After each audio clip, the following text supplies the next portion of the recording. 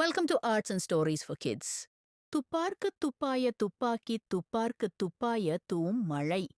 மழையின் தியாகம். ஒரு சிறிய கிராமம். மக்கள் அனைவரும் விவசாயமே செய்து வாழ்ந்து வந்தார்கள்.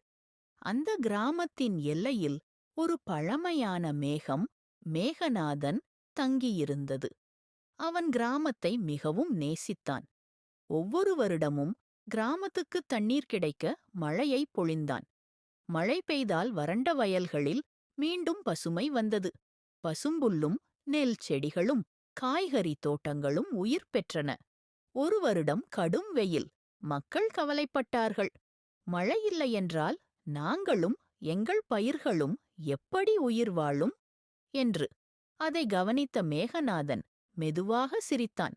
இந்த மக்கள் சாப்பிட உணவு விளைவிக்க நான் என்னால் முடிந்த தியாகத்தையும் செய்கிறேன் என்று சொல்லிக்கொண்டு சிறிது சிறிதாக தன்னை நீர்த்துளிகளாக மாற்ற ஆரம்பித்தான். அவன் உடலிலிருந்த தண்ணீர் மழையாக விழ வயல்கள் ஈரமானன. செடிகள் மீண்டும் எழுந்தன.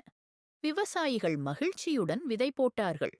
பல நாட்கள், பல வாரங்கள் மேகநாதன் முழுக்க தன்னை தியாகம் செய்தான். அவன் கொடுத்த மழையால் விளைந்த நெல்லில் இருந்து அந்த கிராம மக்கள் தினமும் சாப்பிட்டனர். ஒரு காலை ஒரு சிறுவன் தன் தாயிடம் கேட்டான், அம்மா, நாம் தினமும் சாப்பிடும் உணவு எங்கிருந்து வந்தது? அம்மா சிரித்தார். நம் வயலில் விளைந்ததை மழைத் தண்ணீர் எனக்குக் கொடுத்தது. நம்மை உணவேற்க பலியாகியது மழைதான். மேகநாதன் மேலே இருந்து அதை கேட்டுக்கொண்டு ஒரு மென்மையான காற்றாக மாறி புன்னகைத்தான். அவன் செய்த தியாகம் ஒருபோதும் வீணாகவில்லை என்பதை அவன் அறிந்திருந்தான். நாம் உண்ணும் ஒவ்வொரு தானியமும் மழையின் அரிய தியாகத்தை கூறுகிறது. இயற்கை நமக்கு கொடுப்பதை மதிக்க வேண்டும். மறக்காம லைக், ஷேர், சப்ஸ்கிரைப் பண்ணிடுங்க. அறிவே ஆற்றல், கற்பது மகிழ்ச்சி, அறிவது இனிமை. அனைவருக்கும் நன்றி.